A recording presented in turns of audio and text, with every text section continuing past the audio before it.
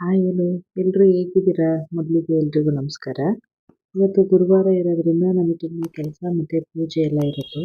ಅದಕ್ಕೋಸ್ಕರನೇ ನಾನು ಇನ್ಸ್ಟೆಂಟಾಗಿ ಬೇಗ ಆಗೋ ಹಾಗೆ ಟಿಫನ್ ಮಾಡಿದ್ದೆ. ಅದನ್ನು ಹೇಗೆ ಮಾಡಿದ್ದೆ ಮತ್ತು ಏನೇನು ತೊಗೊಂಡಿದ್ದೀನಿ ಅಂತ ತೋರಿಸ್ತೀನಿ.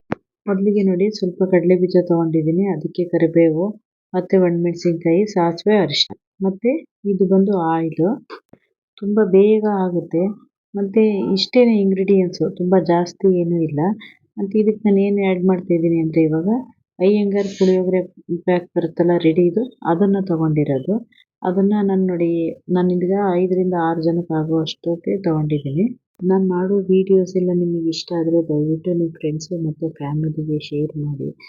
ದಯವಿಟ್ಟು ಸಬ್ಸ್ಕ್ರೈಬ್ ಆಗಿ ವಿಡಿಯೋ ಎಲ್ಲ ನೋಡಿ ಮತ್ತು ಲೈಕ್ ಮಾಡಿ. ಆ್ಯಕ್ಚುಲಿ ಏನಂದರೆ, ಈಗ ನಾವು 400 ರೀಚ್ ಆಗಬೇಕು ಅಂದರೆ ತುಂಬ ಕಷ್ಟ ಇರುತ್ತೆ. ಆಲ್ರೆಡಿ ನಾವು ಸಬ್ಸ್ಕ್ರೈಬರ್ 400 ರೀಚ್ ಆಗಿದ್ದೀವಿ. ಇವಾಗ ಇದಕ್ಕೆ ನಾನು ಸಾಸಿವೆ ಮತ್ತು ಅರಿಶಿನ, ಕಡಲೆ ಬೀಜ, ಮೆಣಸಿನ್ಕಾಯಿ, ಕರಿಬೇವು ಹಾಕಿ, ಇದು ಮೇನ್ ಅಂದರೆ ನಾವು ಹೈ ಫ್ಲೇಮಲ್ಲಿ ಇಡೋ ಹಾಗೆ ಇಲ್ಲ, ಲೋ ಫ್ಲೇಮಲ್ಲೇ ನಾವು ಮಾಡಬೇಕು.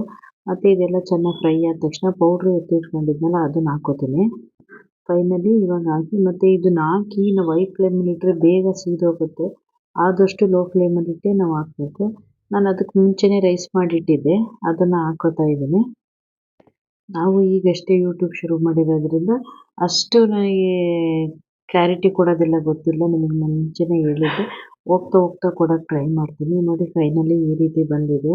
ತುಂಬ ಚೆನ್ನಾಗಿರುತ್ತೆ ಮತ್ತು ಬೇಗನೂ ಆಗುತ್ತೆ. ಕೆಲಸ, ಪೂಜೆ ಅದೆಲ್ಲ ಇದ್ದಾಗ ತುಂಬ ಈಸಿಯಾಗಿ ಮಾಡ್ಕೋಬೋದು.